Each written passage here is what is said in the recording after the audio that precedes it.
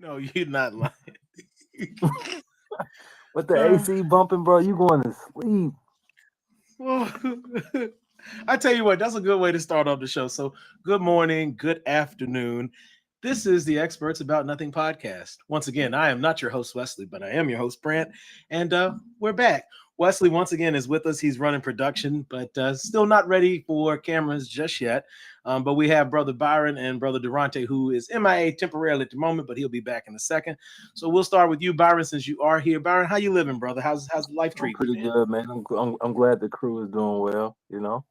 Hey, man, I just hope everybody have a successful week, man. Happy Tuesday. I'm glad to be here. Well, good deal, good deal. For those of you that are joining us, we were already in a conversation in progress. So while we wait on Durante to make his return, I'll say, Byron, tell us again about that the air conditioning inside a hotel unit. It's a fascinating concept. I mean, Wes got the science down right, but I mean, it's nothing like it. Why that AC unit work better than the one at the house? It just feels colder. Okay. I've never experienced nobody house hit like that. Mm. You know? Okay, Byron, let me ask you this. And I wish Durante was here. Maybe he can hear me. He'll give chime in when he gets back. What do you think about this? And I thought about this as we were discussing it before the show. Do you think, I mean, obviously, I agree that it is cold. I agree with the science about the room. Let me ask you this. Do you think sometimes it hit a little different? Because, I mean, I know you're paying for the hotel room, but you ain't paying the light bill. And sometimes that make a little difference, too. Because, you be in that mug, you do stuff with the air conditioner you won't do at home because you got to pay the bill. Nah, cause sometimes you like if it's hot outside, you like, man, I don't even care. I'm just gonna bump it up. I agree with that. I agree with that. Yeah. Okay. So I mean, it's just cold air. Like it's Mm, colder air. Like, come on, man. I ain't never experienced that at the crib. It's a. okay. I understand what Byron says. It's a different type of air conditioner. I don't care what It's nobody cold. It's says. brick. It's like ice But cubes in first there of or something, all, man. I'm gonna get this out the way right now. Go Birds, dickhead. Fuck is you talking Let's about go. now? Back to what I was saying. Wait. Got Hold my on. head too. Hold on. Yeah. Hold on. Before I ask you how you do it, Durante, did you turn your camera off to go get this hat to come back and troll us? Hey, we Go know you the Birds, defending dickhead. champs. Golly. Okay, now that I asked that question, Durante, I want to answer to that, but also how you living. Yo, we out here, man. Speaking of hotel room, this motherfucker right here. Don't That's cut what it the on, bro. conversation came about. Yo, if I cut it on, I'm telling you, a penguin gonna appear behind me, and I ain't got time for it. You It's a going to different type sleep, of cuz. air, bro. I'm right here. It's a different type of air. I understand the room is small. Some people like it's small, but even the hallways be cold. It's like, yo, this is Hold y'all on. You said gotta. a penguin gonna appear? Yeah, that's how cold it'll be. A penguin will appear, dog. Like a penguin. Which color is the I penguin woke gonna up. be? White or black? Or mixed? I woke up. A penguin is mixed. Thank you very much. Okay. Because I knew what you're trying to do. Um, but I woke up one morning and three was rolling dice in the corner. How cold it was, and I was like, Mm. this is Mm, not right. mm. They ain't even let me get in. I was like, all right, fuck it. No. Mm. So But if we you all so good if out you're here. We hold making on, money. wait. If you're a penguin rolling dice, do they blow on them in their fins before they throw them out? No, they just put it over the air conditioning. Oh, they need a frosty. Okay, got it. Okay. No, but no, hotel air conditioners are different, bro. And I get it. The room is smaller, but it's different, man. Go home, put the junk on 65 in one room. All right, let's say this. How about you got the like back in the day before did like the home air conditioner, like the full home, you had the window air conditioner. Now Mm-hmm.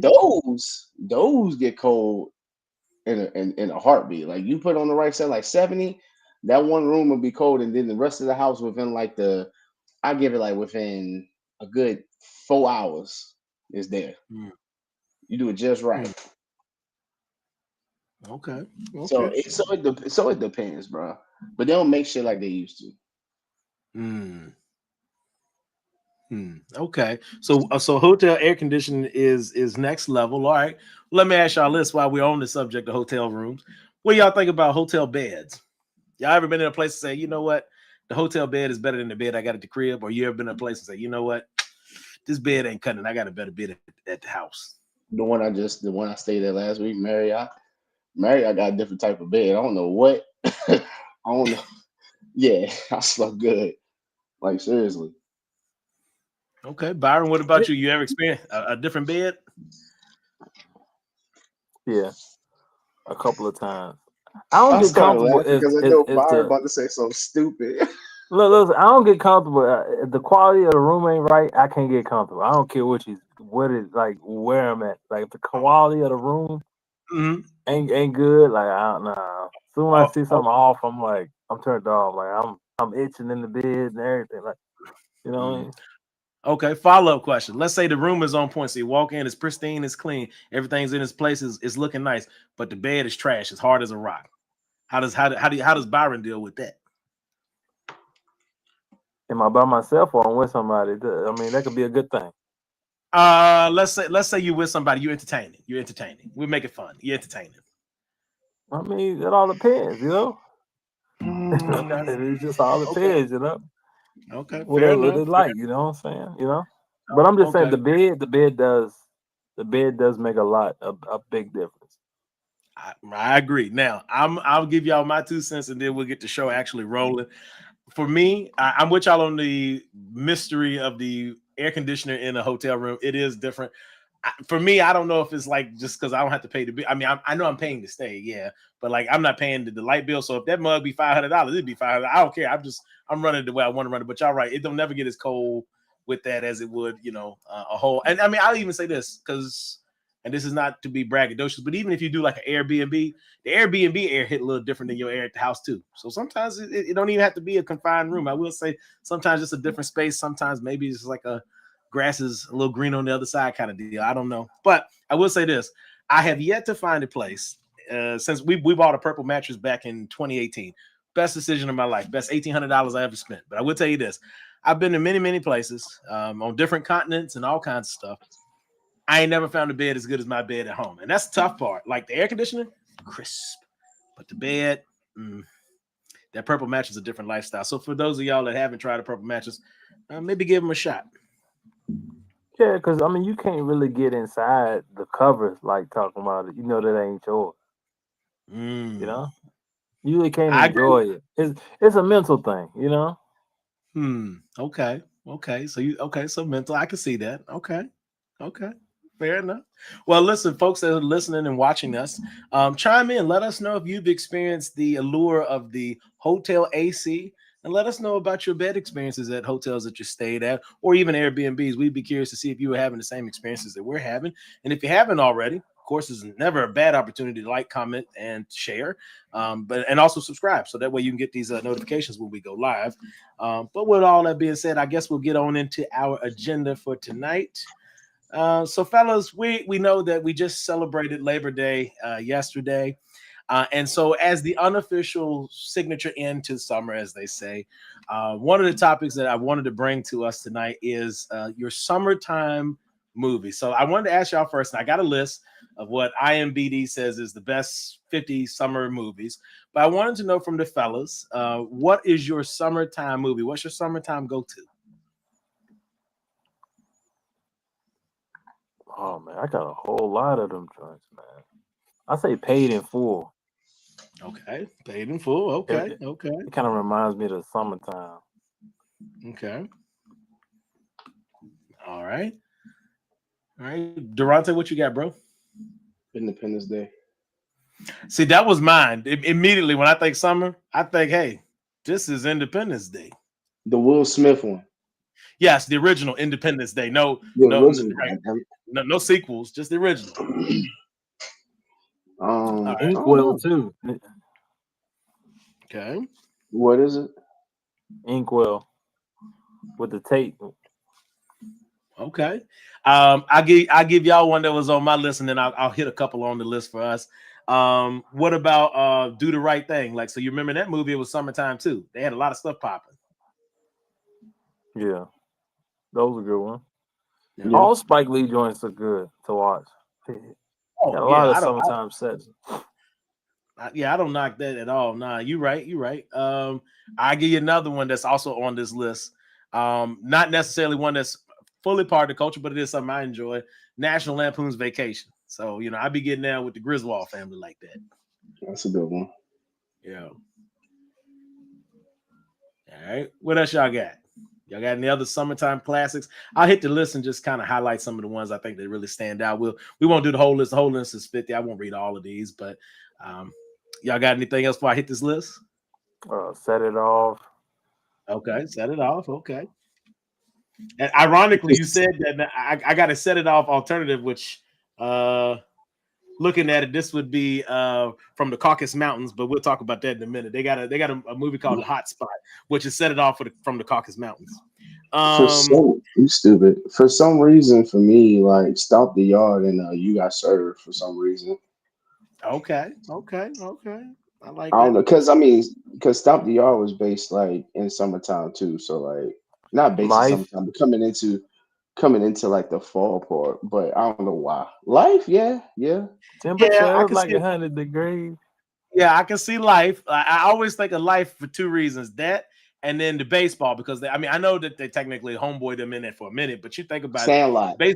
Yes. Oh, Sandlot's a good one. That's in this list. Yeah. So I'll give y'all a couple of other highlights here, and then we'll keep it moving. So I told y'all do the right thing. They got your boy Jaws in here, so they got the sharks eating the people. Shark Week is technically during the summer, so that makes sense. They got Stand by Me in here. I told y'all about National Lampoon's Vacation. To the rush hours, all the rush hours.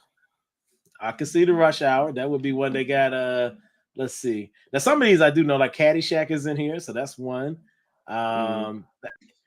Independence Day is obviously in the list, so that's here. In the Heat of the Night is one. They got Friday the 13th is technically its original release date was a summertime movie. Okay. Yeah, Die Hard with a Vengeance. For those of our Die Hard fans, I know Brother Wesley somewhere out there. He's listening to us. Die Hard with a Vengeance is a summer movie. With a vengeance. The original Die Hard's Christmas though. Yes, that is correct. But you think about it like this.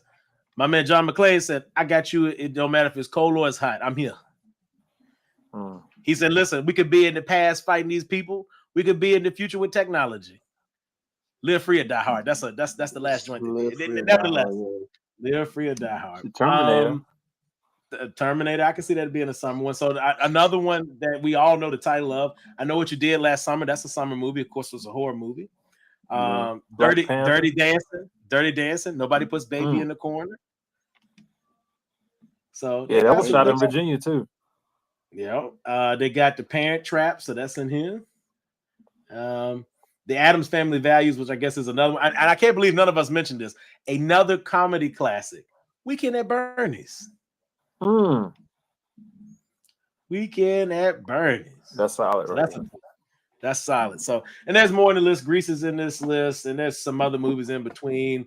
I won't go through the list. The list is comprehensive, but if y'all are interested in the list, let us know in the comments. We can definitely share that list with y'all. And also, feel free to share with us your summertime hits. I see Meredith has put one in here. She said The Sandlot, so she matched up with Durante there. Sandlot is definitely a good summertime movie, so we appreciate that. And yeah, okay. So, okay. Okay. So so our producer from the shadows is out here shouting Friday. Friday is a solid. Yep, Friday. But Friday, that's year round though. It is summertime. It is summertime. I mean, it is summertime, but they also in Southern Cal, West. So I mean, at the same time, I mean, for them, I mean, you summertime is damn near year round. Yeah, I mean, that should be anytime. Yeah, I mean, but I see what you're saying, Wes. So yeah, shout out to Cube them. Okay, we ain't mad at it. We ain't mad at it. You know they was wearing like long sleeves though. Craig had on a long sleeve shirt.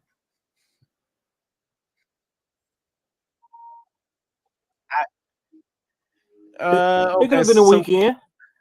Yeah, but it was a weekend though. So Wes is making an excellent point here for those of you that cannot hear him. So he's saying that the kids were chasing the ice cream truck, so it's absolutely a summertime movie. See, Wes is out here analyzing. I mean, I know the ice cream truck was there, Wes, but let's be honest. I won't really there paying attention to what time period we were setting. I just know my man Craig was making moves, and some other things were shaking out there too. So I get it.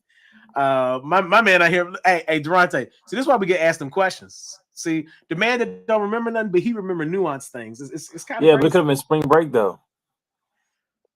Ooh, well played. Could have been spring break. Well played. All right. Well, with all that being said, Friday also could fit in this category. So shout out to Wes in the production booth. But we are going to move on for another quick hit, and then we'll get into some real good stuff here. So let me ask y'all a question. Um, the English language, and please, folks, as Oh I my preface this, fucking please god, bro. participate with some of the nuances here. The English language, according to Wes and perhaps Miss Weaver, who taught Wes in school, is dumb. And let me explain what I mean by that. In the English language, there are words that sometimes are spelt the same way, but are pronounced differently and have different meanings. There are some words that are spelt differently, but have the same meaning and are pronounced the same way. So I'll give you an example. Gray is spelt two different ways, Gray and Grey, but both are acceptable. Typically, Gray is the Americanized version of spelling gray, while Grey is the British version, if you will. But they're the same thing. Obviously, it's a color. But I'll give you another example. So red and read, right? Red and read. They're the same word spelt the same way, but one is present tense and one is past tense. So, what are some other quirks in the English language that y'all think might be dumb or could be confusing? Maybe I shouldn't say dumb, but maybe confusing to other people who don't speak English as a first language and they're trying to kind of figure things Uh, 2, 2, and 2. out. Okay, so two, and two. Yeah, That's a tough two one. and two. Okay. So, for those of you who are not aware or not grammatical experts, there is TO, which is you're going to do something.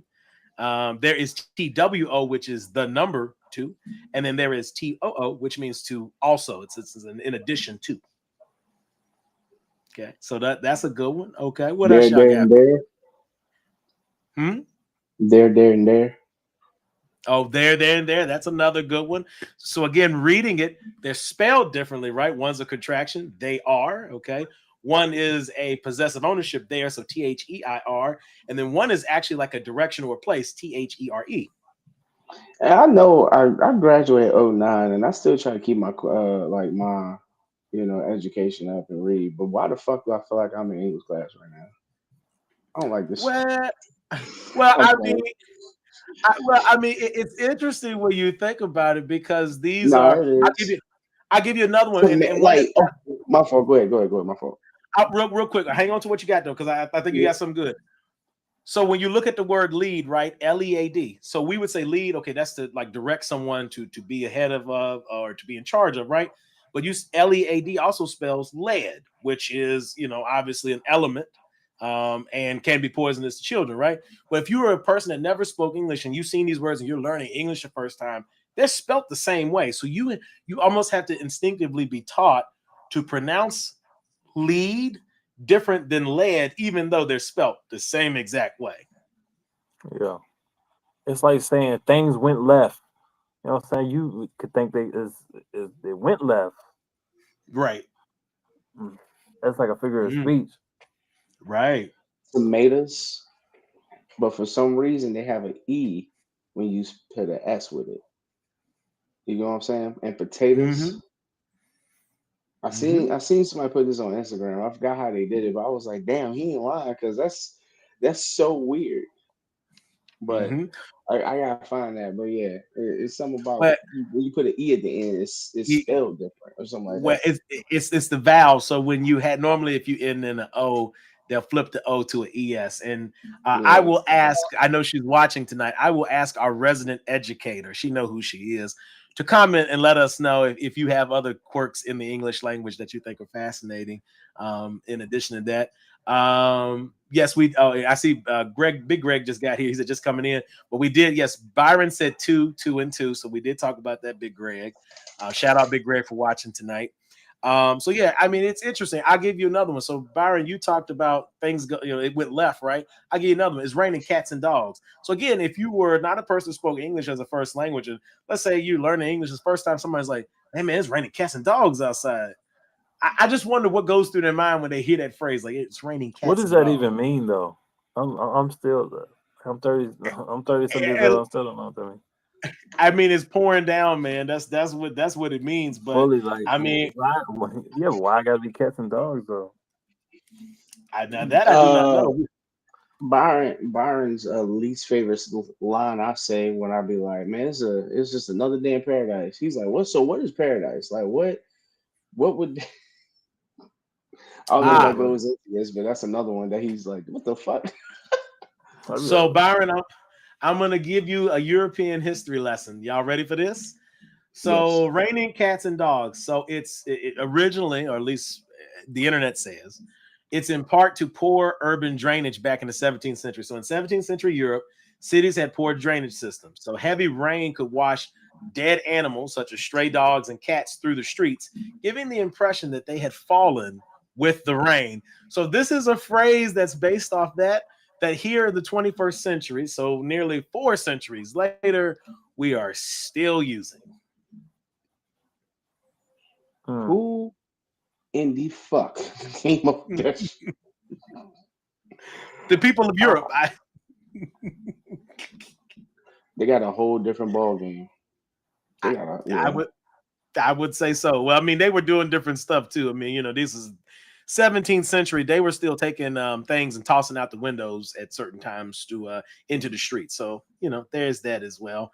My bad, Meredith. Meredith says she feels like she's at work. Meredith, I promise you, this is not a test. We're not observing your class today. We simply just wanted to see if you had something to chime in there with. There's no pressure, ma'am, but we love you for commenting all the same. So if you think of any quirk things there, let us know.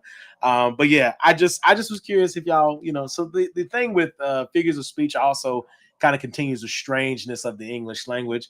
I'll stop for a moment. Mr. Producer upstairs that our audience cannot hear. Is there anything that you would like to elaborate? Oh, yes. Baloney. Okay. Now, sometimes the English language is weird because words spelt the same sound different. Okay, we discussed that to some extent. Sometimes words are spelt the same and have different meanings. We talked a little bit about that, but we didn't talk about the weird spelling of things and the way that the English language plays on. So Wes brought up a good point about baloney. Now, I'm going to ask one of the fellas to do their best Oscar Mayer and tell me, how do you spell baloney? Oh, Durante, your hand is up. Yes, sir. Oh, move silent. Yeah, you know what I'm trying to say. Lasagna. Okay, yes. I say lasagna gonna. Okay, but yep. Okay, I'm with you. Lasagna is crazy. Crazy. Yes. Lasagna. But okay, and bologna, for those that are not on their Oscar Mayer kick, is BOLOGNA. Right? Oscar Mayer taught us that. But you can't tell me reading English the way that they tell us to do phonetics. BOLOGNA spells baloney. So yeah, at best. It's SWINE. Oh, okay. Well, it's definitely swine. I'll give you that for sure. Okay. Although they do make chicken bologna. They have other variety and beef bologna, so they do have other varieties. If you're gonna eat bologna, you might as well eat bologna. So Byron, you said if we go eat bologna, we might as well go on and see and eat the swine. Yeah, you might as well eat the swine if you're gonna do all that. Oh, okay. Ain't no need of eating imitation of it because you eat. Like, think about it. You eating a fraud pig, A fraud pig. That's a fraud crazy. Pig. You pretending like you eating bologna. Like, come on, like.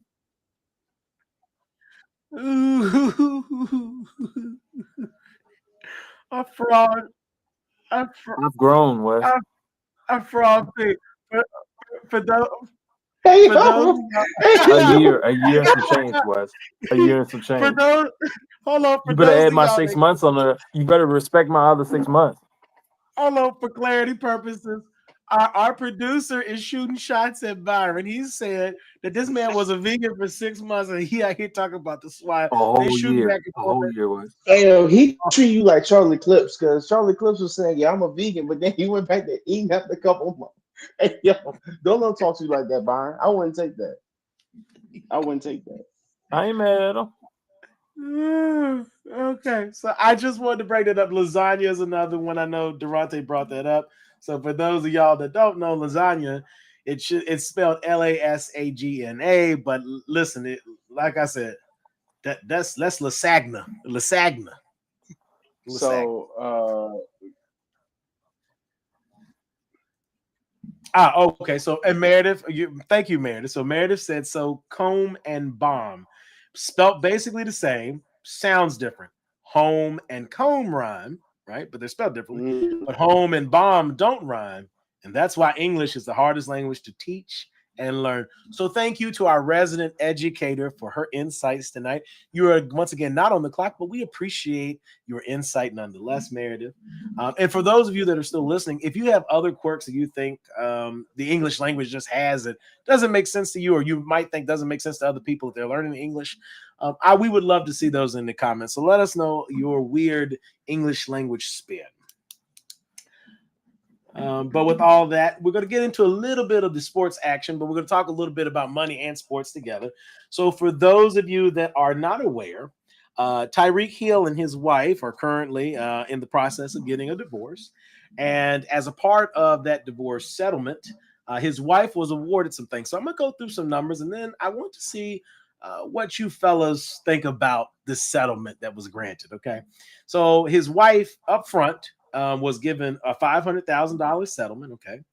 In addition to the $500K that she's getting up front, she's going to get somewhere between $20K and $50K a month for just spending. Okay. They don't tell her what she needs to spend it on. They just told her she got 20 to 50K monthly worth of spending money. In addition to that, she's also been given $100,000 for a brand new car. So it's not that she doesn't have a car, but to buy a brand new car, she's been given another $100,000. She's also been awarded $450,000 in legal fees, in addition to all those other numbers I just read to you. She also maintains the exclusive use of the $5.5 million home that Tyreek and her own together. Tyreek is responsible for still maintaining and paying the mortgage, the utilities, and the insurance as long as she occupies that residence as her primary residence. So with all that being said, I just gave y'all a whole bunch of numbers. I would love to know what y'all's thoughts are on this settlement, and then potentially what your thought would be going into potentially a marriage if you are a high profile athlete like a Tyreek Hill of the world. So I mean, Cuz know what he was getting himself into, you know. mm-hmm. It is what it is. I mean, Cuz he need came to out go. actually kind of good if you really think about it. Cuz need to go call. Cuz need to go call his sister, beat her up. What the fuck? Nah, she was the wifey. You know what I mean? You really can't do anything. Okay. So Byron, let me ask you this. And Wes and I discussed this a little bit earlier. So I'm curious to see what y'all's thoughts are on it. So obviously, I'm not a pro athlete, so I don't have to have conversations about large sums of money like this. Maybe one day. Although I've been married now, so if I'm coming to large sums of money like this, it'll be communal property anyway, and it'll be a moot point. Also, I don't plan on leaving my wife. Hey, real quick, you said 50K? Oh, no. 500K to start, 20 to 50K a month just in spending money. Just in spending money. Just in spending money. So I give you a different number, Durante, just so that you are aware. If she gets the top end of that number, 50K a month, over 12 months, that's 600 grand. So she got 500 up front, plus another 600 grand. I'm maximizing that. It's a sliding scale, but I'm gonna maximize it. Another 600 grand on top of that. Okay, so already we had $1 million plus, and we just getting started. She got another 100K to buy a new car. Not saying the woman don't got a car, just to get a new whip. Okay. He's paying her legal fee. 1.2. Okay, so 1.2. Okay, another 450 grand for legal fees. Okay, so now we're at like, I'm gonna round it a little bit more. We're gonna go. We like 1.7 now, right? Right, 1.7. Yeah, keep going. I'm just trying to see if Byron still is okay with this because she wifey. Keep going. Okay. She has the use of the $5.5 million mansion now. Tyreek still, even though he may not live there anymore, he is required to still pay that mortgage. So he got to pay the $5 million off unless they sell the house or she moves. Now, if she moves, I guess she forfeits that. But I don't know the legal language, so I'm speculating. So I'm not a legal expert. I'm speculating without looking at the language, okay? But if she stays there in perpetuity, then he has to pay the 5.5 mil out, okay? Yep. Plus, in addition to the house mortgage that he's paying, with the interest and escrow and all the stuff comes with, he's paying the lights, the gas, the sewer, the water, all that, trash removal, all that okay, and the insurance. So he's doing all the escrow stuff plus the other things, light, gas, sewer, so on. As long as she occupies the residence. And I didn't mention this, and Wes and I talked about this earlier, but I didn't mention this. This does not include any type of child support for the children that they share. So all that stuff I just listed to y'all is simply just for Mrs. Tyreek Hill, or the lady formerly known as Mrs. Tyreek Hill. Just as we ain't even involved the kids yet, Byron. We just talking about her. Oh, and by the way, for those of you who are not aware, they've only been married about 17 months. So it's not like it would be different if she and Tyreek were high school sweethearts. They got, married when he was graduating college or on his rookie contract, and maybe we didn't know. No. It ain't been 24 months. It ain't been 2 years. So Tyreek Hill, when she got with him, Tyreek Hill was already that dude. Okay, so let's clear that out too, because it's not a Savannah James or LeBron where she coming along. So he worked for Bill. I mean, she entitled to have. It's not that. We talking, 2 years and maybe some change if we count the dating relationship. So Byron, I ask you again. Now, having heard all those numbers, we done did the computational math, and we told you there's no child support. So there's some more coming. You still think that Sister is entitled to all of the monetary compensation that she has been awarded by the court so far? I mean, he took the jump, so I mean, I guess he got to pay it. I mean, It is what it is. I mean, the man make a 30 piece a year. I mean, you got Florida, they ain't got no, so the taxes I are don't think they kind got of lenient. taxes. Yeah. So I mean, off of that 30 piece he's seeing a year, he probably still getting around about 20. Okay. I So mean, I can you see giving her around about $1 million a year. I mean, all right. it is what it is. You might have to go to the court after he stop playing and get that reduced. Hey, I Somebody don't give a 60 shit. grand It's a my month. money. I don't care. It's my money. After that, But the all of a mortgage sudden thing you can want to be divorce me finagled off. because he could finish paying off the mortgage, and that's a little chunk done. I mean, 5.5 million mortgage hit you from about what 100,000 a month, 200,000 Okay. somewhere around there. So that if he pays that off, that's money he ain't got to pay for. Then you can go back to the course and get that reduced. See, my income doesn't change. Okay. So That's the only let me thing ask. about the league. They put their salaries up before they weren't doing it like that. Like you'll see like somebody like Dion used to his stuff used to be posted a lot. All the big name players' salaries used to be posted on a lot. If you really think about Tom Brady, you had to really go look up his salary. He never really had those contracts. They signed a 5-year extension. They never said the number. But guys nowadays, shoot, they quick to put that up. Like everybody in the world know how much Michael getting paid. Okay. Yeah. So let me ask y'all a different question, but in a similar vein. All right. So we know Tyreek is paying what he's paying, not counting the child support that is coming. Let me ask you this, Byron. If you are a pro athlete today, okay, and I'm just curious about thoughts. I mean, I'm not judging my man one way or another. I'm not judging her one way or another. I'm just curious. If you let's say Byron, Durante, y'all are pro athletes, y'all are making Tyreek Hill money, or maybe not necessarily Tyreek Hill money, but big money. Okay. Let's say y'all meet a young lady, y'all chatting it up.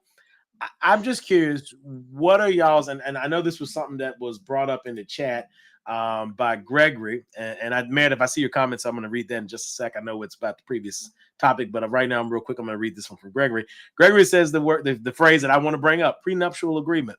So I wanted to ask y'all, and I get it. People feel some type of way about a prenup. Sometimes people feel like, okay, it's a plan to break up. There are other people that look at it and see a prenup as a plan of security for both parties, because doesn't mean that you're not going to compensate the spouse that maybe is not bringing all the same financials to the table. So I'm curious for both of y'all. Do y'all think that a prenup is a good idea? Yes or no? And then I would love to hear y'all's reasoning why. And then in this particular instance, would you guys, if you had been the young man that was with a young lady, would y'all have wanted to do a prenup in this particular circumstance? Again, not anticipating that you're going to separate, but just in general. Yeah, when there's that much cash involved, yeah. Yeah, Okay. like knowing how big he was getting and everything. Mhm. Because at that point, if you're telling me that they were only married for, you said 17 months, that Mhm. he had, I think that's when he got to the Dolphins And my man around had that like time. 3, 4 babies on shorty. So like at that point, if you know your shit weak, stop now. if you know you weak with that, hey, yo, sign a free. Oh, Well, country okay. boy won't used to that Uh, Florida, them Florida things running around there, baby. It's different. yeah, Oh, no, yeah, well, all right. well, that's tough. So here's my 2 cents on it, and I told Wesley this earlier. For me, I mean, especially if you've already got some renown, right? So you already made some money. I think that it is smart to get a prenup. I think that you don't plan to break up, but um, mm, I'm trying to be diplomatic in my way of saying this.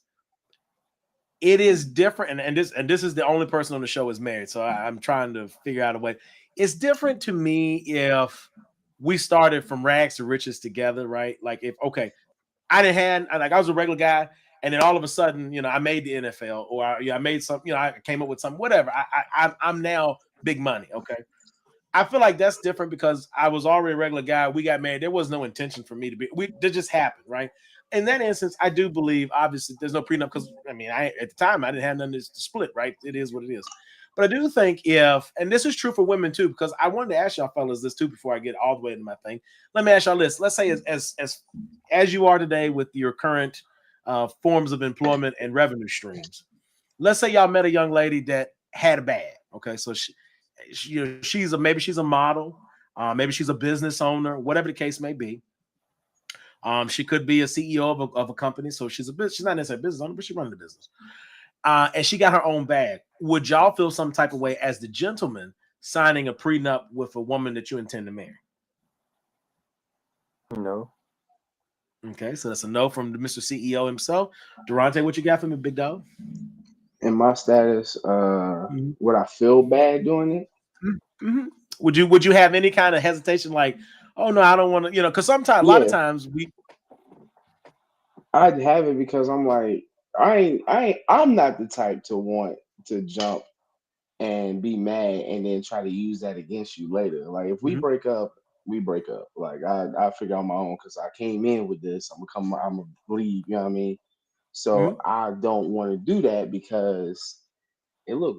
I ain't gonna say a little weak in some cases. Now, if we're mhm, both like established, then maybe. mhm. But like if I'm going into yo shit, like you doing good, and I'm just over here big chilling, Mister Halfway him or whatever, and you decide to give me a chance, I'd feel I couldn't do. I'd be like, this girl gave me a chance. I ain't even about to. I'm gonna feel weird about it if that makes sense. Like Okay, so let me ask it to you a different way, Durante. And I follow your logic. I just want to ask it to you a different way. So let's say, to your point, if we break up, whatever I brought in, I'm cool with taking out. Okay, so let's say she already got a bag. So y'all it's popping off, y'all clicking, right? She says in the prenup, let's listen to Durante, like I'm not signing a prenup because I'm going to divorce you and nothing like that. I plan on loving you for the rest of our lives. However, in the yeah, event that it don't but work, in the event that it don't work out, let's say she say, what do you think? Okay, you said you cool with leaving with what you came in with. Let's say she say, hey, let's sign a prenup and say you cool with, and maybe she do you a solid. She say, listen, I know you're not looking for money, Durante, but prenup, I give you, $1 million for us. If we were to divorce, you get a meal and that's it. No property, no nothing. if What it's what do coming you out of her mouth, yeah, because then it won't seem like I'm coming right? at her like, yeah, I want something prenup. But if she's like, no, like if something happened, you know, I it'd be like she went this far with me to do it. And she's like, hey, I'll look out for you if something's happened, case XYZ. All right, Mm. cool. But I'm not about to be that. I'm just not that type of dude. Like I know dudes are like, yeah, I'm gonna sign prenup because I'm gonna get everything I can. Like, nah, like I'm just, you know. But yeah, Yeah, but the if prenup she trying to is give me a not meal, really for if she you. trying to give me a So meal in a Lambo, I'm good. What'd you say? Right. It's Yeah, but a Yeah, my fault. But you knew I was joking on that part. But yes, on a serious tip, mhm. yeah, I mean yeah, if but she's from what giving it I'm to me, seeing, a prenup is for like the family though.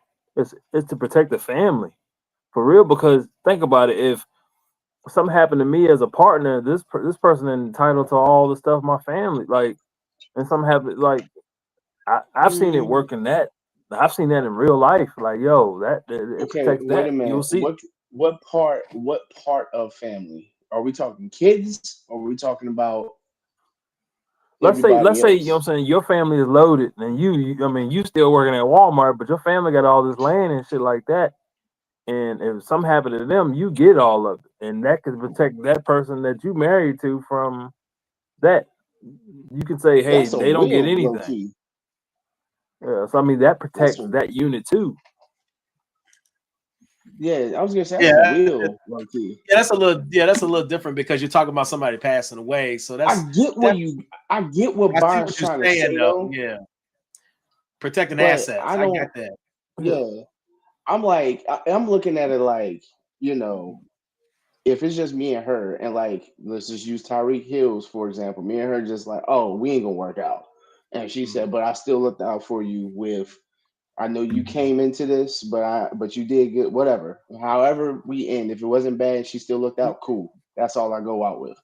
But it wouldn't Mhm. be like any extra type of shit. If that makes sense. But Mhm. what Byron's trying to say is, if the kids are involved, let's say we have like two kids, and they, it don't even matter what age, but you think it would protect them? Like, let's say you got some, like, Yeah, because let's they can say, sign to forfeit anything that they would probably, benefit from your death or benefit from XYZ. Like they can sign yeah, it to that's forfeit a all that. will.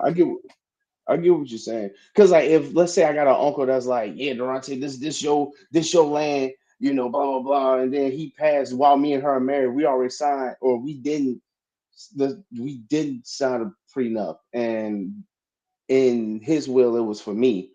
Then Yeah. she could come out of nowhere and be like, oh yeah, that's mine now, type shit. Oh no, I think there's more logistics because once that goes in, if you sign it, I think like if I'm just using land for example. If you sign that on just your name and then let me, I'd be the buy. I already know how to work that. Yeah. I already know how to work You Okay. can that. sign so I so just anything that you what's that word I'm looking for? Inherit from Mhm. yeah, y'all inherit. Yeah, span is yours. Like, you know what I'm saying? They don't get none of that. I already know how to Mhm. work that. We good. Because you Hey, can I inherit a got lot of stuff. Land or whatever, the cars, whatever. It could be anything. if there's you. some Mhm. land and if there's some land, y'all's name on it, just know it came from me. Put it out. Yeah. Yeah. She's like, yeah, that's Yeah. mine, Brent. Like, Because no, no, they can get money that's from that. I mean, if y'all married and you don't sign nothing, she entitled to it too. Oh yeah, no, it, I agree it, with that. I agree with that.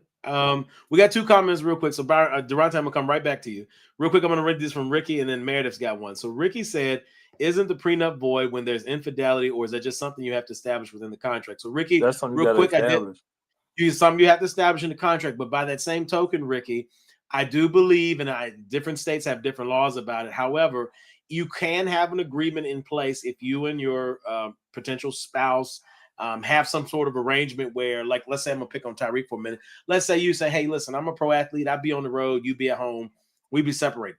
We know we live in a day and age where people have arrangements and things they set up. That's something that also could be set up as well in legal writing. Again, state laws vary from state to state, so you have to be careful with a little bit about that. But they can, as a general rule, a prenup doesn't necessarily have to have an infidelity clause. So in theory, if you don't mention that in legal verbatim, that leaves an open interpretation potentially to the court. However, you could put a clause in there where it says, depending on who is the affronting party, that person might be penalized in some way, more heavily. So there's a lot of sliding scales on that. But Ricky asked a good question. So really, the answer, Ricky, too, is it simply depends on state laws, but it's not something that's included. It can be, but to Byron's point, you would have to want to include that verbiage to get in there. And then Meredith said yes to what Byron said. A lot of prenups for normal people, so regular everyday people, are mostly for family wealth and generation wealth type things, where you're protecting the family assets. That potentially, to Byron's point, you could inherit in the untimely death of a family member. so that you guys don't lose, like, for example, like a home place that maybe you guys have in the family, where all the generations of folks have grown up, different things like that. Yeah, because Yeah. when those when you go to court and all those things pop up, they gonna ask you on everything. It's, a boat is on there, a RV is on there. You got any land? You got to fill all that stuff out. They're asking the real questions. Right. Well, no, I'm The with you. real question is, look, if you got you got a Roth RA, how much is in it? Like everything. How many you got? We Right. your last place of employment. We your last 3 places of employment. Yeah, and Yeah, you that's mentioned a great point. They might ask you with the Roth IRA, how much did you contribute into the Roth while y'all were married? Because that might be a question too. They may say It's on there. It's on there, right? So these are things that potentially could come into play. But I was curious as to get you guys' thoughts on it. So one other kind of angle I wanted to kind of broach with you guys before we leave this topic, it is something that Wes and I discussed a little earlier. I wonder, and ladies, if you guys are listening, I know his ass. Oh, my fault. I forgot y'all. well, ladies, if y'all are listening, okay, here we go. So Gregory got one more comment, and this is from a law enforcement who works in a federal courthouse, so he sees some of this stuff. The Commonwealth of Virginia, there's a thing called community property. Without the prenup, when you say I do, what's yours is hers, and what's hers is yours. So we kind of talked a little bit about that. But basically, if you don't have any agreement in place, everything that you own, the other person is entitled to half if you don't have some sort of agreement in place prior to you all becoming one. Yeah. And from a legal standpoint, even though you are 2 individuals, the moment you do marry a person, you become one legal entity. So in a lot of ways, people don't kind of understand that. They just think, oh, okay, I'm getting married. When you sign a marriage contract, you are one legal entity now. That's why if there's no prenup, there must be a separation of properties in a division, because technically what is once one legal property, now one legal group, you become 2. You've separated, you split. So that's why you get the courts involved if there's no prenup that sets out what that agreement is. So I wanted to leave you guys with this, and I want to hear your thoughts on this. What do you think about, again, going back to Tyreek being a pro athlete? So let's say you guys are pro athletes. And maybe you're the type of guy, hey, listen, and you up front, whether you're honest with up front, hey, listen, sometimes I'd be out there, I'd be slipping and sliding. Would it be, would you guys, let me say it this way, I know it would be beneficial, so that's not the question I'm going to ask. For you as individuals, do you believe that it would be beneficial to you as an individual to include a clause, like if you were a person that maybe likes to see what's out there, try different things, would you potentially include a clause where that doesn't get you grounds for the prenup being fully enforced if you decided to do that, like as agreement? You guys are talking, say, hey, I like to dabble. She says, yeah, that's okay, I understand. Are y'all open to that kind of verbiage in a prenup, or y'all just like, hey, it just is what it is, we're gonna be faithful, we locked in, and again, y'all in this particular circumstance, you guys are the ones with the money. I wouldn't do that. I mean, I would keep it fair. If I cheated or something like that, I broke that. Because I feel like this. If I married you, it was a reason why I married you. I didn't marry you so I can sleep with everybody else. Okay. Mr. CEO with some morals and a line in the sand. I like it. Durante, what you got for me, man? We ain't married, bro. Oh, okay. Okay. Okay. I'm with Byron. If we ain't married, we ain't married. Listen. Now, if we married, I married you for a reason. Now, as the married person on the podcast, I will close it out with this. As an individual, as a person, my wife has been with me for almost 2 decades. And it's been, a lot of building, right? But definitely filled with a lot of love. So we worked hard. She's been carrying you for 2 decades? No, we've been together. Shut up. Together. See, we're a team. Don't know. That's a team. We don't nobody carry nobody. We carry each other. Sometimes she get tired, I can take up the slack. We're a Tom team. Brady. Well, hey, some days she Tom Brady, sometimes she Deion Branch. We flip roles, but all that matters is that we win, right? So here's the thing. And they both was the MVPs, though. Hey, she always the MVP. I ain't got to be MVP because if she MVP, then I'm gonna be MVP in other ways. So That's what I'm talking about. I ain't worried about being on Front Street. I get mine on the comeuppance. But that ain't we ain't talk about that. But what I will say is this: I do think to Byron's point, if you marry a person, you know, I do think that you have to understand, especially if you don't have a prenup, that what you're signing up for. Marriage is not a joke. I know that we live in a day and a time where people get married and they get divorced, and they get married and they get divorced. But I do think that we should take marriage seriously. So if I marry you, to Byron's point, I married you for a reason.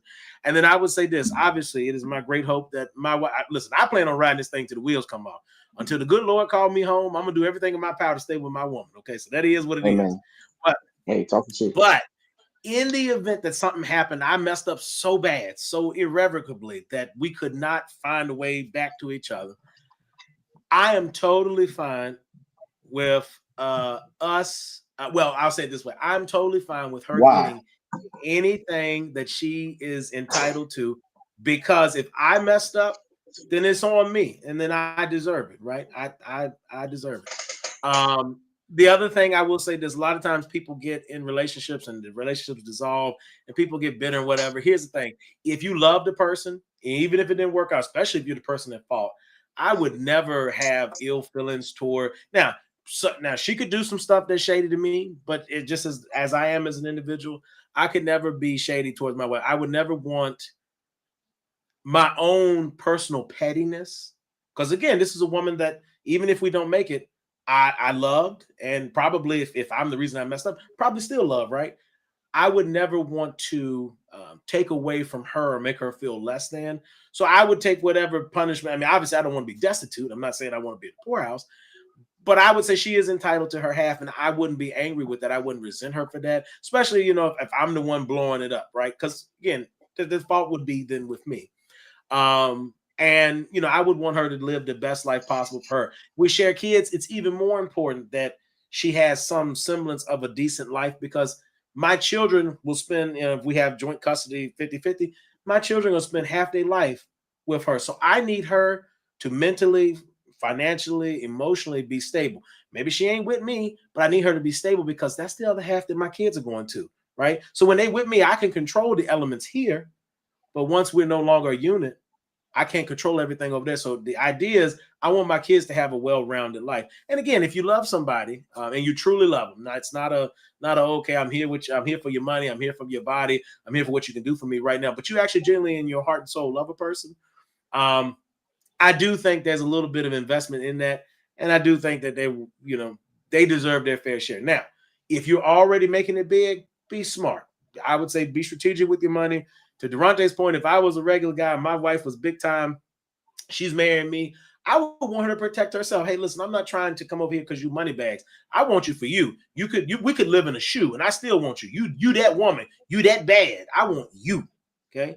So, because the other piece that comes in is people, money. I know sometimes it's hard to become rich, but money, just as easy as you could get money, could go just like that. So at the end of the day, when you're marrying somebody, if you're marrying just for money, and hey, listen, people do all kinds of things. So I'm not here to judge people.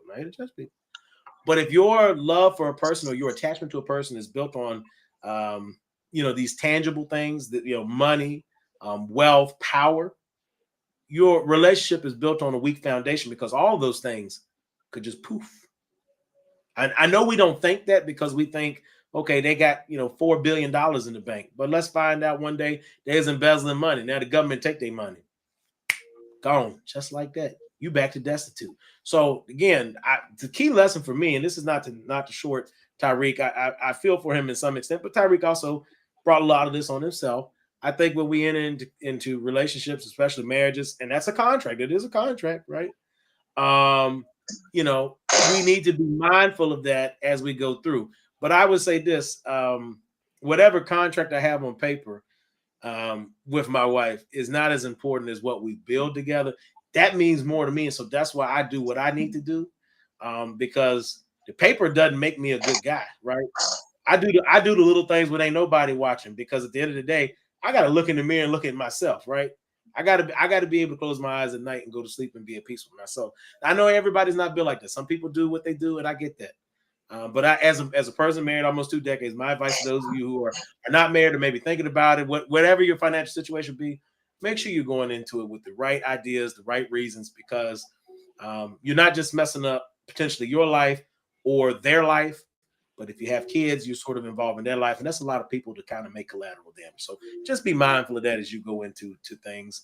And again, take care of each other and discuss things. I got one more comment here. Jasmine Marie said, marriage is teamwork, but if one person sits on the bench the whole game, should they really get half the trophy? Jasmine, I would say this. It depends on what you define as sit on the bench. Does the other person support you, right? So I'll give you an example. My wife owns a business. I don't own a business. I do help her with the business. And so when she does events or she's doing things, now it's not just moral support. Sometimes I'm physically there as like a staff member, I'm helping her set up things and do different things. Sometimes she's creating things, so I'm helping her with that. But I mean, even if let's say I didn't do that, right? But she came up with the idea. Am I there supporting her in other ways, even if it's not necessarily specifically about the business? I'm with you if it's like I'm abusive and then I think I'm entitled to half. That's crazy work. And obviously stuff like that, they look at that in court. But if I'm in all other ways a supportive husband and my wife makes it big with her business, again, I'm planning on going anywhere. I'm going to the wheels go off. I would say there's some give and take there, right? Because you're there supporting. What their support looks like, it varies. But I mean, if you're doing something to support them to make it so that their business becomes a reality and they make it big, I think that's different. Now, obviously, in Tyreek's case, he was already big time, right? So she didn't really make him. But Tyreek also didn't do the due diligence to put anything in writing in the event that they were to have a dissolution of their marriage. So Tyreek sort of kind of, unfortunately, reap what he sowed. Of course, he's also, got money. So it's not like he couldn't hire financial advisors or attorneys to help him go through this. Obviously, he has an agent that helps him with contracts. And ironically enough, marriage is a form of a contract. So there are some, and I'm not saying a sports agent is going to help you with that, but you hire proper attorneys. What I'm saying is you can protect yourself if you think that's necessary, Jasmine. But I would say, depending on the circumstance, yes, I do think if you are providing some form of support that helps that person become, wealthy, I do think you're because without your support, who knows, they might quit on the dream. So it varies from case to case. But I mean, obviously, if you're totally on the sidelines, you just, that's something that you would have to be discussed in a court of law and that sort of thing. So she has a follow-up here. She says, so no emotional support, no physical support, no nothing, but you want half. That's not partnership. That's opportunism.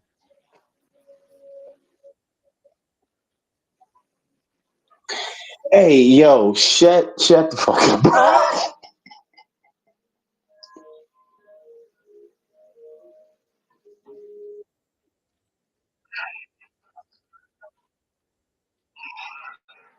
Sorry, y'all. Wes is in my ear. He getting my fucking nerves, to be honest. Brent, you good? Mm-hmm. Okay. Yeah. It's just, in my opinion, I'm not married. Byron, he married to the game. Hey yo. Hey yo. Not you married to the game, Byron. He's but if anybody needs advice on marriage, talk to Brent because he over there spitting. But on a serious tip, I think like to piggyback off a little bit on Jasmine, like just saying,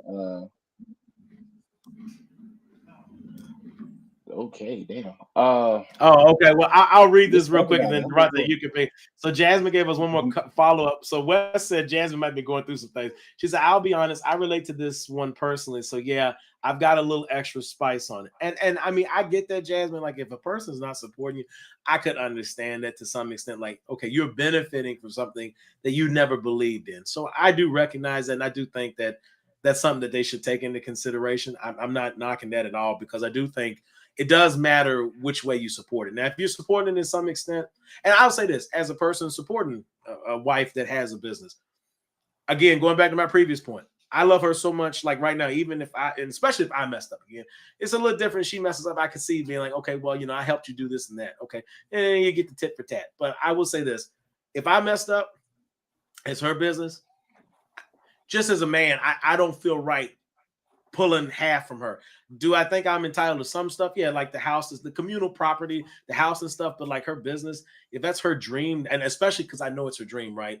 As a man, as a self-respecting man, I can't speak for all men, and just speak for me. No, As talking a shit. self No, all as a bald niggas are So, using Brent, self-respect. if she wanted the crib and told you, yo, so just give me the well, crib hold and on. leave. Well, hold on. Communal property. So the crib is something brought together. The house is something brought together. Yeah, bro. At present, the house is something brought together. Now, let's say Yeah, but what if she wanted though?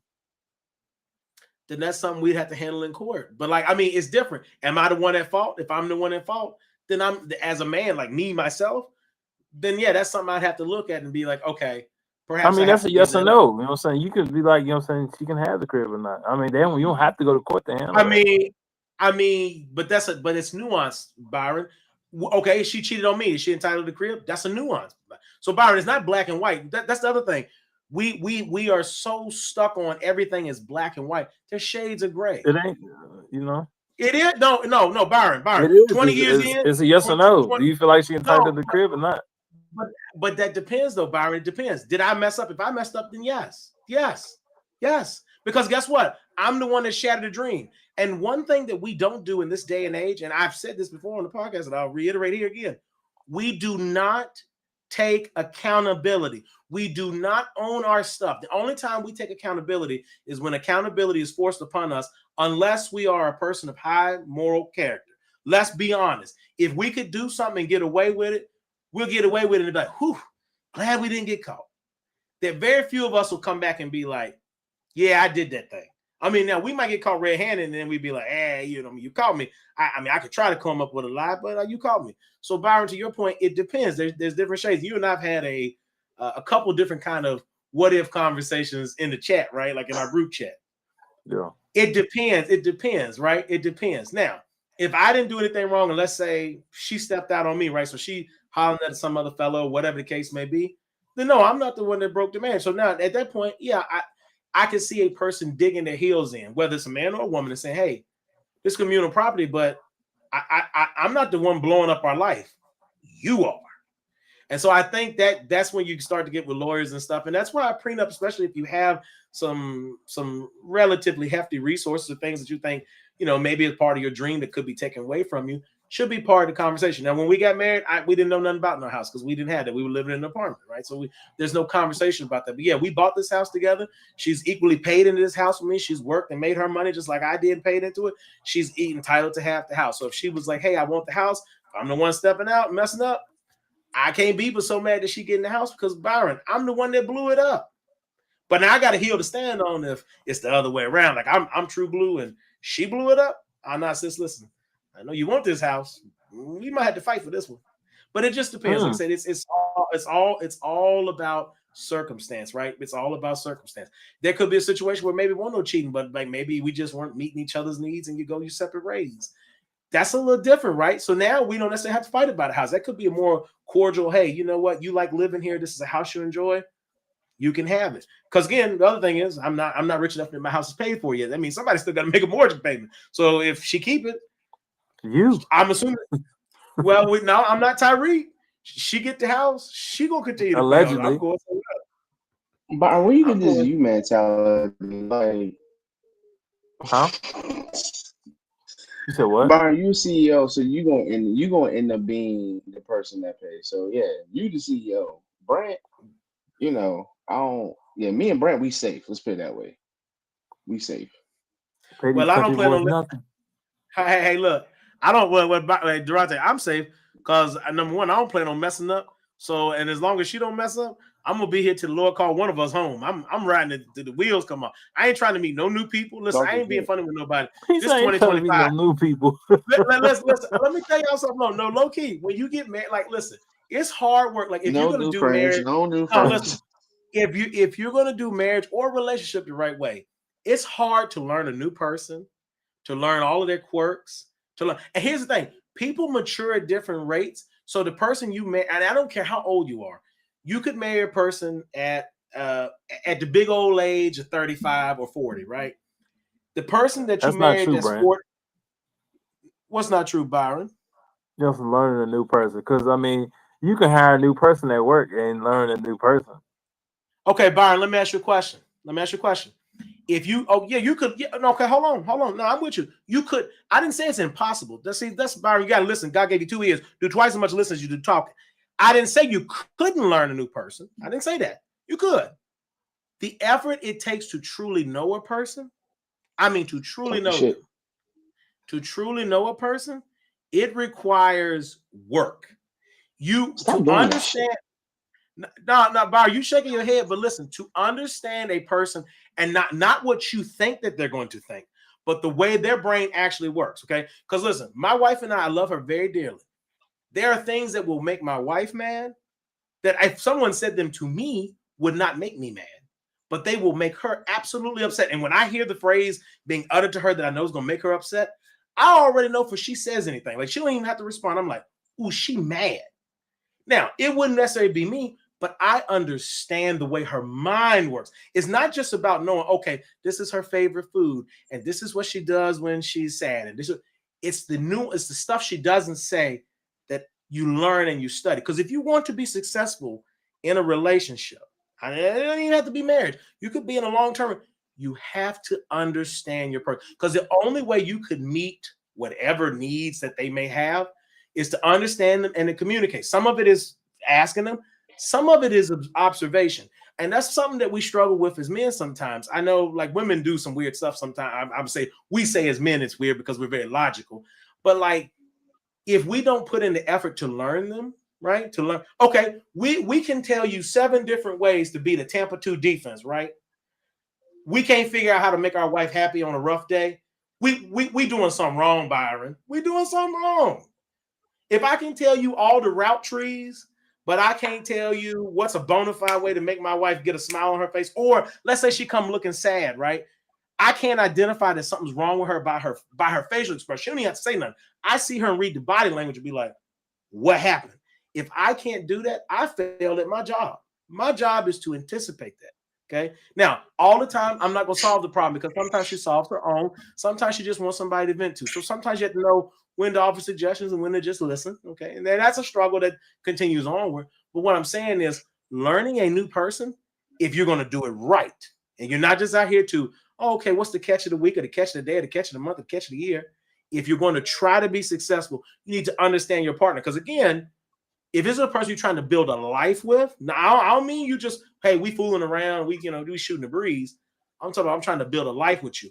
I need to understand how you work because part of it is before I make a long-term investment to get that far in, I need to understand enough of you on the surface to be like, this is worth the time investment. But once we get that and I say, okay, this is worth the time investment, I have to be willing to put in the work to do it. And I got some comments here. I know we got a lot here. So I'm going to read these, Byron, and then I want to hear what your thoughts are. So Jasmine said, okay, Jasmine earlier, she said, I'll be honest, I relate to this one personally. So yeah, I've got a little extra spice on this. She said, I'm just trying to live in full color, not the gray area. And I recognize that, Jasmine, in the broadness of daylight, we would love to live in color. But sometimes, Byron was giving us black and whites. It's a yes or no. And I think that full color is more spectrum than just gray areas. Amber V said it's a whole lot of work to learn a new person. I agree with that. That's what the point I was making. And then Gregory said, I can look at my wife and tell you what she's thinking about something. And to Gregory's point, that is the case. A lot of times, my wife and I, we will be like things can be said like in a conversation, not me and her, like other people talking. I know what she's thinking based on what they hear. So when we get in the car or wherever when we get to somewhere private and we can kind of compare notes, I'll ask her, I'll be like, hey, were you thinking this, this, and this? And she'll say, yeah. Sometimes she'll ask me the other way. Were you thinking? And I'll say, yeah, I thought about that.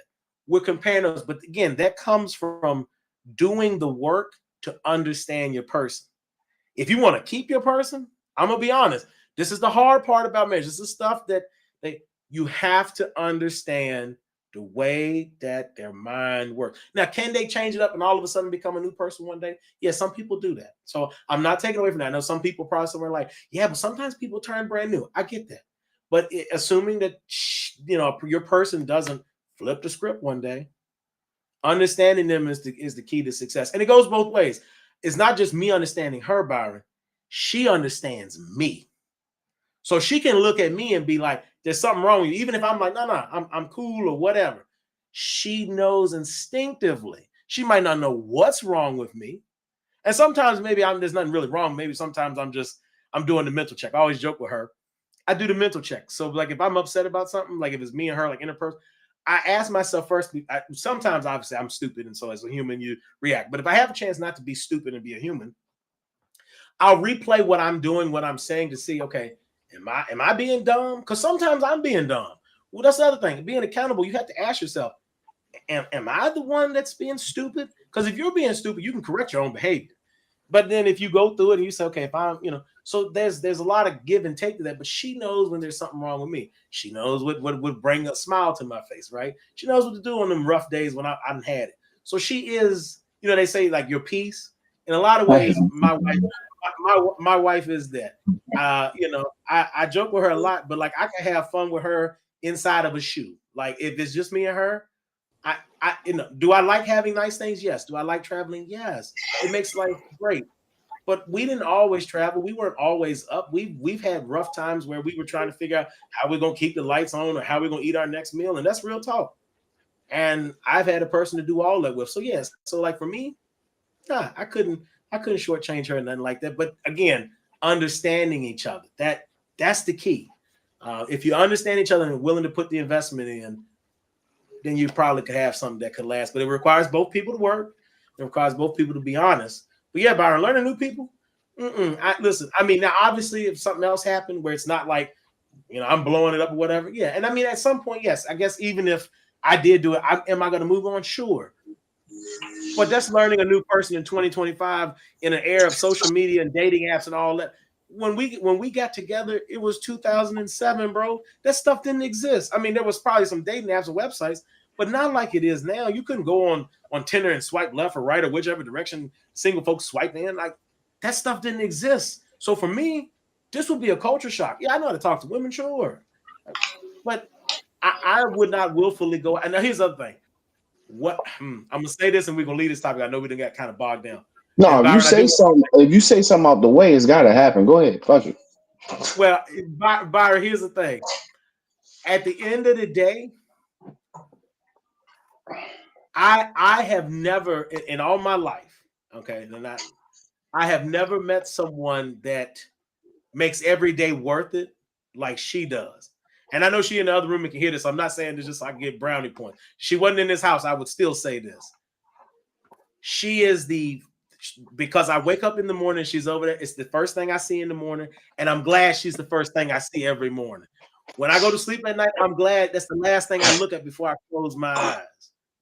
Like it don't even make sense. Like when I leave the house, I'd be like, I wonder what she's doing. If she leave the house, I'd be like, I wonder when is everything going okay when she go out and do whatever she's doing. I don't bother her, I give her space. So I'm not, we're not clingy like that. Like we know how to go and be independent. But I think about it till she come back. You know what I'm saying? When she come back, I'm ready to hear the stories about whatever happened in a day. You know why? Because that's a piece of her I didn't get to have, but she's coming home to share it with me. So when you get to that point, like, I mean, there are things that happen in the daytime. Like if I go out and sometimes we have like on-site stuff for the job, right? There's funny stuff that happens on site that even I don't even share with Wesley that wouldn't necessarily, well, it might be funny to Wesley, but a lot of times it may not be. I'll come home and talk to her about it because she's going to get it because her sense of humor has impacted my sense of humor. So what maybe wouldn't have been funny to me 20 years ago is funny to me now in a way that it wouldn't have been. And so the only person I can share that with is her. And so for me, that's what it all comes back to. Now I'm trying to do it the right way. I know everybody's relationship isn't set up like that. I get that. But I would hope for all of us that we have people that are dedicated to us that make us feel that way. And if you're not in a relationship that works for you, and I get it, everybody's relationship is not going to necessarily be sappy like that. I get that. But if you're not in a relationship that works for you like that, you need to question your relationship because you need to feel fulfilled, but at the same time, the other person needs to feel fulfilled too. They need to feel loved. They need to feel safe. They need to feel protected. If both of y'all aren't feeling that, there's something wrong somewhere, and y'all got to try to address that. Otherwise, you know where Tyreek is like hard. I mean, I'm just saying.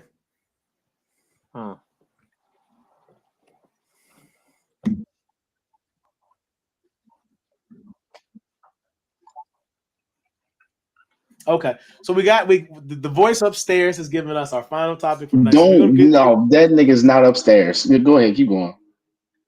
I mean, he upstairs on my screen. I don't know if that's he ain't in the upper room. I mean, he in the middle floor. Because God forbid us try to pray for the man. We won't want that. Keep going.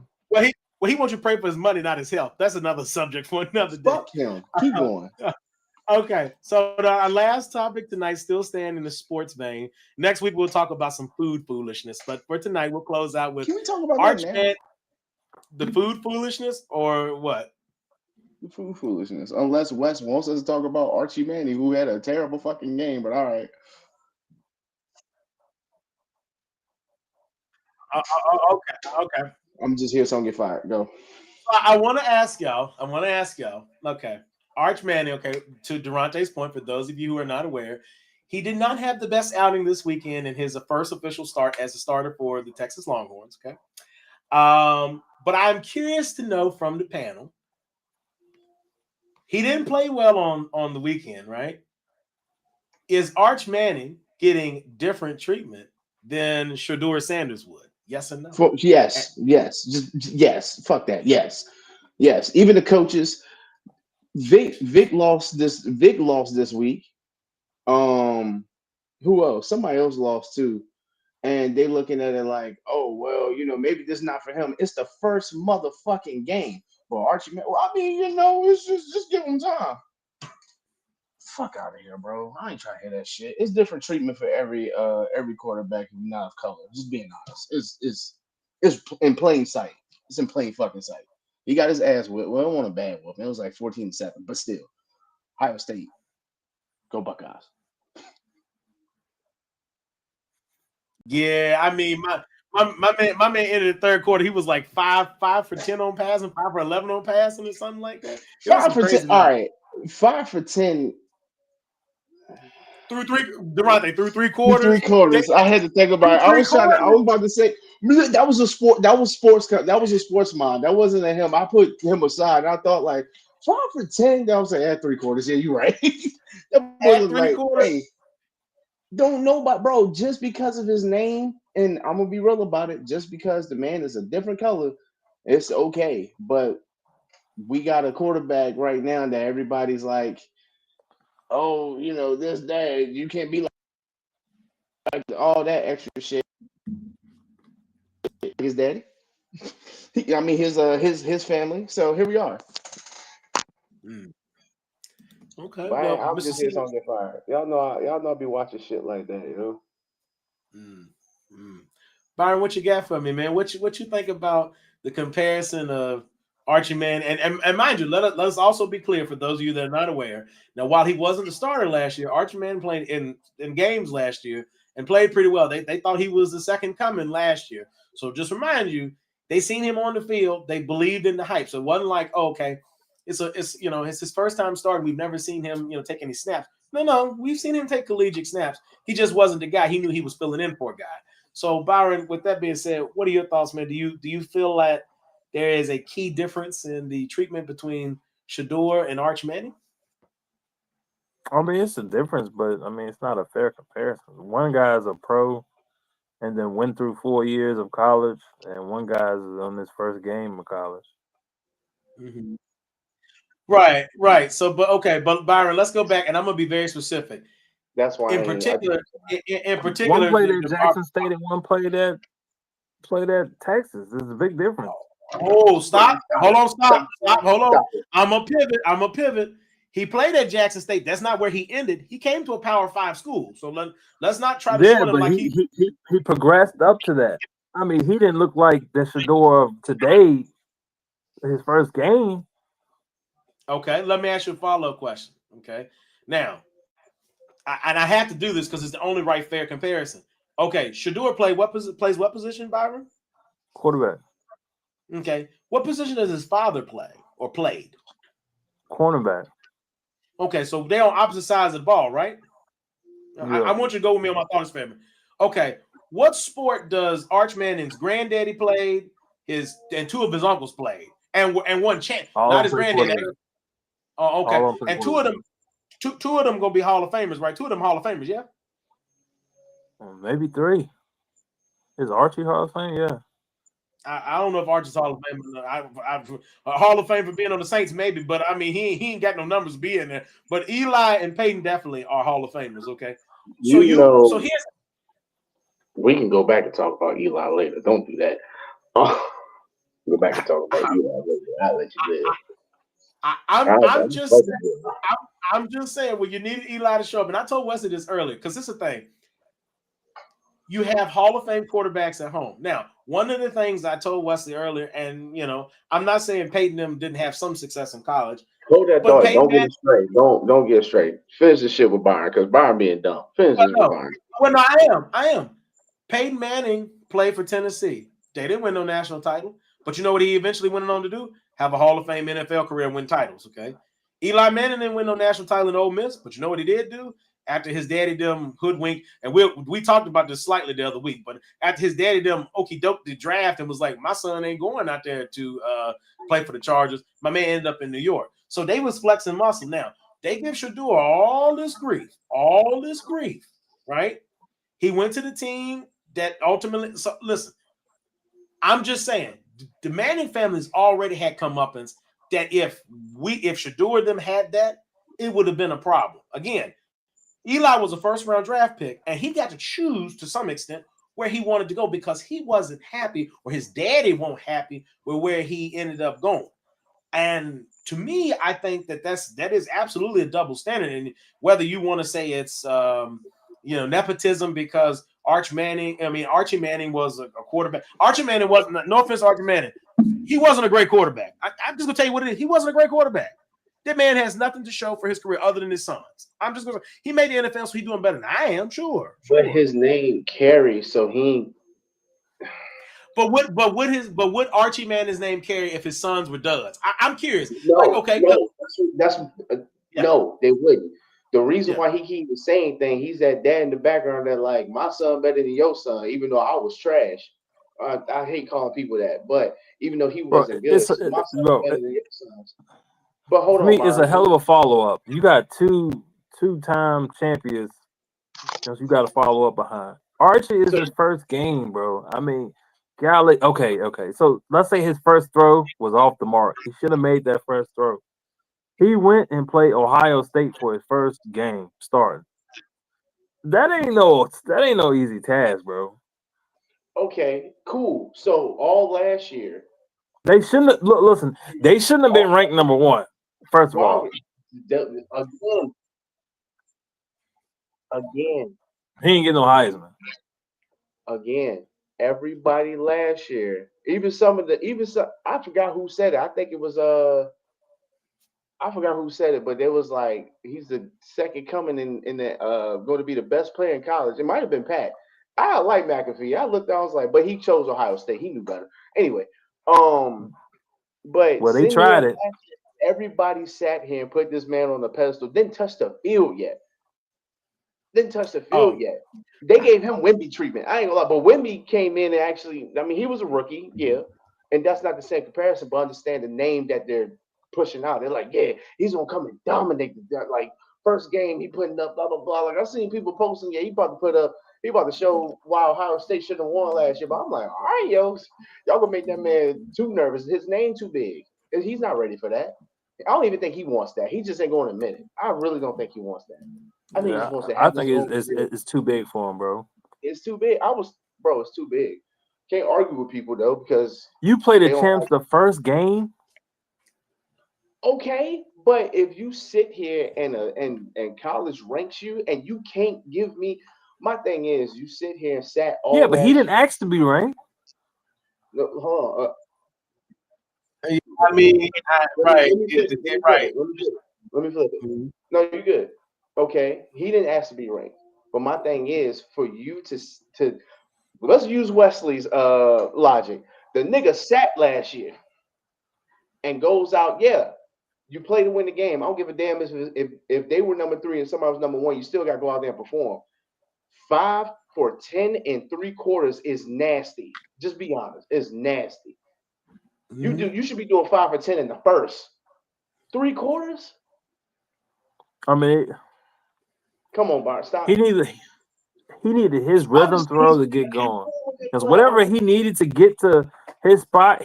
I'm just saying he needed something to get going. Like that throw, his first throw was like easy throw. I'm like, bro, but if that ain't your easy throw, you needed something to get you going. That should have been your first throw to get you going. Hey, I got a completion. Whether it was just those throws he was making 1-2 yards out or whatever, he needed one of those to get going. But then we Off sit top. here and watch. Now, I know it's different levels, but I'm gonna say this: we sit here in the last game of Cleveland. Shador got sacked 5 times.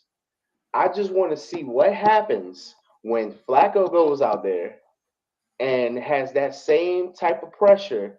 Are they going to sit here and say the same shit they're saying about Shador? Mind you, there's levels to the shit, but why are we criticizing somebody with a name of not now a name of his dad's? And I know that was a different comparison, but get where Who I'm was going. we? I'm just saying, people. Sorry, why are people criticizing my man's in a preseason game? And then y'all sit here and put somebody on a pedestal, and then make excuses for his pedestal to just hide the fact that hey, he might not be as good as y'all say, even though he sat a whole year last year, just about. And then all of a sudden, yeah, the Manning name, oh, he about to be the next Manning. He gonna be the best name, blah blah blah. All right, we'll see Bro, what happens. I love it, yo. It's still I love early. the situation for Sanders though, for Yeah, I Shador. do I too. love it. Just keep the kid humble. Keep him wanting to work even harder, bro. He go look us. He's got that winning spirit, bro. I mean, you can't fake that. He got it, yo. His pops, he got it. I don't know. It's just he Dion's son, you know. He got that part of him. He's working hard enough to push forward. But Yeah, again, the fight So it's just like Lamar Jackson. They're gonna sit here and find something to criticize him about. Like, oh, last year bro. Lamar threw You 4 need a interceptions. villain, bro. You need a You know. villain and a hero. Caitlin Clark and Angel Reese. No matter what Angel Reese do, she always gonna be the villain. So now, Shador's the villain. Yeah. Okay. so I want to give, and I know it's not a fair comparison, but Byron, I want to give you some numbers because I think numbers will give you context about why it's more egregious that Shador gets all the flack. And to your point, Shador is Dion's son. So okay. You need that. Give him that. But hold on. Dion is a guy, and this no, this is the part that I don't understand. Deion Sanders is not just a legend at one sport; he's a legend at a minimum two. Okay, this man is the only. Listen, he's one of the few players to say they play both baseball and football, and really one of the only players to say, "Hey, I played in a Super Bowl and a World Series." Right. So let's go with that. Flex. He Okay. The man, everywhere the man played, they won. Now maybe they didn't always win a title because I'm looking at you, Baltimore, but they all generally made the playoffs when Dion was on the team and somewhere thereabouts. Okay, so let's go with that. So he was successful everywhere he was in the NFL. The man becomes a head coach. He's successful at an HBCU at Jackson State. He goes to Colorado and he takes a school that had only won like 2 games a year before, and he gets them back to somewhat of a competitive team, and then they finally get a winning record. Okay, so the man can play the sport, the man can coach the sport. He has sons, and he has helped them grow themselves. And I get it. He's the head coach of some of the teams, but they have showed enough talent that they both made an NFL roster at least during the preseason. Okay, so they're there. Okay, the fact that an active head coach in a Power 5 conference school, his children are criticized, but Arch Manning, who ain't thrown a football since the 1970s, okay? I'm not talking Eli, I'm not talking Peyton. I'm talking about Archie. I'm talking about Grandpa Manning, okay? He's still pulling strings that they won't even let Dion even attempt to look at. And let's be honest, Dion is an icon. I take the race out of it. Take the race out of it for a moment. I know that's a component, but for a moment, let's put that aside. Dion is an icon, right? That's an icon. Dion got the teams in the 90s. Those teams won Super Bowls, okay? Archie Manning can't say that, okay? So I'm just curious what your thought is. Not necessarily, because here's the thing. Old boy played 2 games last year, Byron. He started 2 games last year because Ewers was hurt, okay? He won those 2 games. He went 61-90 for almost 1,000 yards with an average of 10 yards per play, okay? The year before that, he played in 2 games. He didn't start, but he got some trash time. He also was still averaging about 6 yards a play. His first start, when they named him the guy, he lost the game. He eventually went 17 for 30 after starting the game 5 for 11. Okay. His percentage was 56.7%, which is a deep drop from the 2 games he won last year. I get it, Byron. They playing national champions week 1. I get it. And we know, like with the NFL, we say maybe take a couple weeks to get on. Here's the thing. We've seen him play competitive football, and he's done well. In that same 2 games, he threw 4 touchdowns, and his rating was through the roof. Okay. He also had 108 rushing yards through them 2 games. So that man rushed for like 50-some yards a game. Okay. I get it. National defending champs. I get that. What I'm saying is he's not getting the same level of criticism that Shedeur would get. And Shedeur started out in a junior college because this is his 3rd season on the Longhorns. So it's not like, okay, I mean, I get it his first time being the guy, but you've been there. And to Durante's point earlier, there's a Wesley point, he was sitting behind somebody, right? And they had made Longhorns, so it's not like and you see Wes ain't say shit when I said that, right? Yeah, well, it's not like he hasn't been exposed to what it takes to make winning plays. Okay. He comes from a family where they got Super Bowls, okay, where one of his uncles beat the greatest quarterback of all time twice. And on miracle plays both times. I feel like in that reign there should be some type of, like, mind you, 2 games in the last 2 seasons for him. You mean to tell me, and I know it, I'm cool, I'm okay with the whole off-season form, but you mean to tell me I can't get, I would have been cool with a 12 for like 20. No, I wouldn't even be cool with that. 5 for 10 and 3 quarters is nasty. I'm just saying. I don't know why people are trying to defend this. Mind you, again, these are national champions. I get that. But you're still playing on an elite team that you have played 3 seasons already. You might have not got the full playing time, but 2 games you played great. Now, let me ask this question, Brent. The last 2 games he played, were those teams, can you see those teams? Yeah. They weren't the best of the best. However, this is a man coming second string and just filling in. So he, prior to that, he had only had 5 snaps. He had 5 attempts before he had those 2 games last year. 5 attempts in his freshman season. So he got played in garbage time and only threw 5 passes. He completed 2 that first season. But so think about it this way: he had no game speed. He played 2 less than teams, but put numbers up on him. So, like, we can't look at it and be like, oh, well, you just lack confidence. No. You mean you knew you were playing the school of the deaf and blind, so you knew you was going to be able to throw on them a little bit. But that still required poise. It still required you to read the play right, to put the ball in the right place. I can't say that Texas is not a number 1 team, but they are, like, the way they held. I will say this, defensively, they did hold Ohio State very well. So them being ranked, I'm cool with. But what we're not going to sit here and do is take a bench player, put him as a starter, and sit here and say he is NFL material. That's what we're not going to do. That's what people are doing. That's all I'm saying. I'm cool with, like I said, I'm good with the whole. Bro, he not going first round with no 17 and 30. He shouldn't, but he might. And for some stupid and he'll reason, pick the team he won't. He'll fuck around to go to Dallas. Oh yeah, well the rumor mill is that Archie and Jerry Jones in the same fucking nursing home. They'll figure it out. It will be pick season for any good corner. Motherfucking dog, bro. I'm sorry. I get. What'd you say to me, Wes? You say one more thing in my fucking ear. I promise you, yo. I hate this nigga, bro. People think I'm talking to myself. I'm not. I promise you. Let's give him game 3. Let's give him about game 3. Then we can say. Then I'm gonna bring out the garbage. He got. Give me a second. Okay. Well, I mean that's fine. The only thing I'm saying is if Shedeur had played this way, Shedeur has had great games and they criticize him for 1 or 2 plays and criticize him to the point where what I'm saying is Arch Manning put on a display of futility. I get it. National champs. I get it. Week 1. I get it. On the road. I get all of that. But Byron, I'm going to throw one of your quotes at you. When I need you, I need you. Sometimes you got to figure it out. If what you're doing and what they calling from the sideline ain't working, guess what? Byron, I know you say sometimes the dudes ain't got it in them.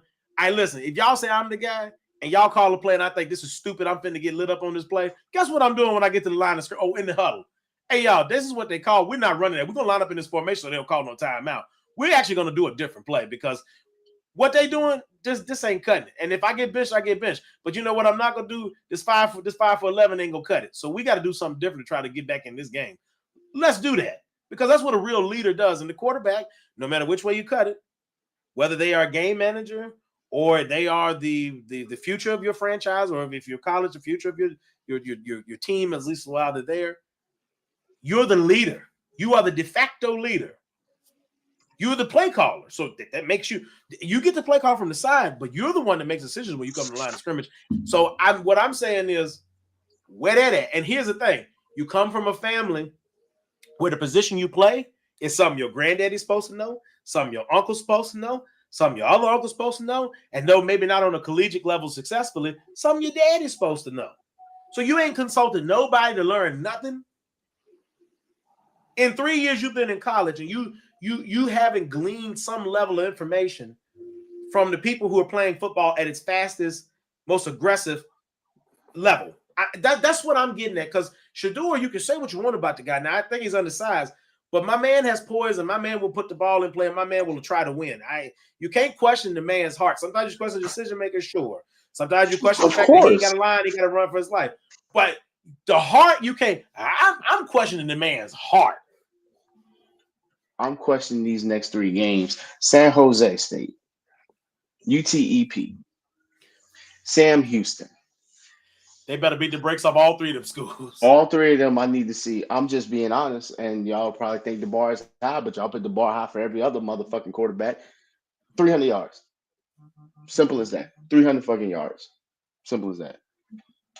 I'd be cool with 250. On the hype train, brother. I mean, I'd the be cool hype with train 250. is kind of calmed down now.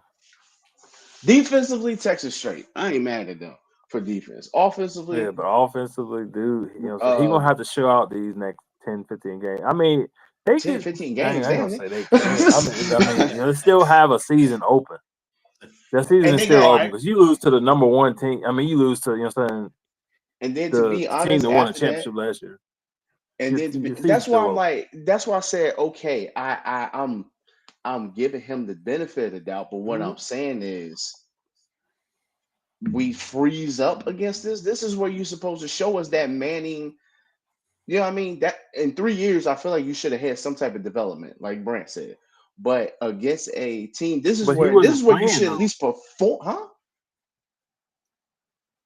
I mean, if he had at least 7 or 8 games or something like that, I could see, man.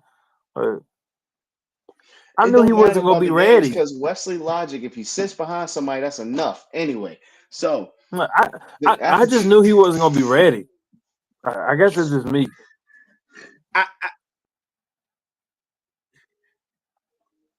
What you say to me? I ain't gonna lie.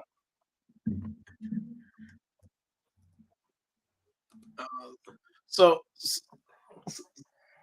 you lucky where I'm at. I'll pull up. Well,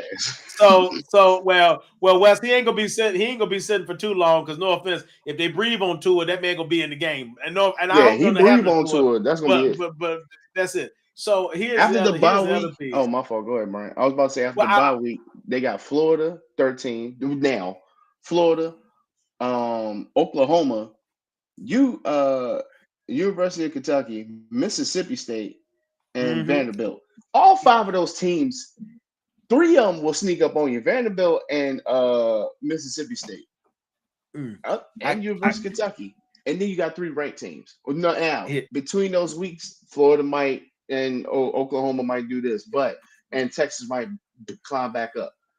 But again, I just need to see some shit. I'm gonna give him the benefit of the doubt, but all I'm saying is it's just weird how, oh well, like Byron said, I understand where the excuse coming from, but people are sitting here literally saying somebody said he didn't have time. In what aspect? Like in where? Like time for what? Time to read? The motherfucker could have read a playbook. Went out there with his uncles. Hey, help me out real quick. Show me, give me some footwork, something. Let me work on something. But I'm just here so I don't get fired, and he's doing better than me. So, well, yes, he is doing better than me too. Him and all his uncles, got off to a slow start. Okay, Byron, I got a better question for you. All right, what conference do these and college? That's all. Okay, that's fine. What conference does Arch Manning play in? SEC, right? What's that big? Yeah, it's not SEC. No, SEC. No, the Big Ten. That's not SEC. They're not SEC now. I lied. No, the Big Ten, right? The SEC. I lied. I'm pretty sure they. I'm pretty sure Big Ten. That's my beef. They SEC. I thought they were SEC. They left the Big. Okay, they left the Big 12. They left the Big 12. They weren't Big 10. Big 10 is where Ohio is. Here's the thing. Okay, I'm Ohio State. They argue that the SEC is the NFL's machine, right? That so many pro players come from SEC teams, right? That's what they tell us. It's the closest thing in college that you're going to get to NFL play style as far as position players and star-studdedness. Yeah, that's what they tell us, right? That's what they tell us. I'm not saying that's the defending national champs. I get that. Here's the thing. You couldn't beat them, okay? And you can make a case depending on which SEC school they play and when they play them, that the SEC schools would normally give Ohio State a tough time. I'm not going to Ohio State. What I'm saying is it depends on what version and what SEC team they meet at a given point in time. They can get to work. If we're going to be real about it, it's 10 ranked teams in the SEC. 10 ranked. This is what I'm getting at, Byron. I get it's his first one. We got to see what he got to do with Auburn, Arkansas are not ranked, but my fault. I mean, cut you off. Auburn, Arkansas are not ranked.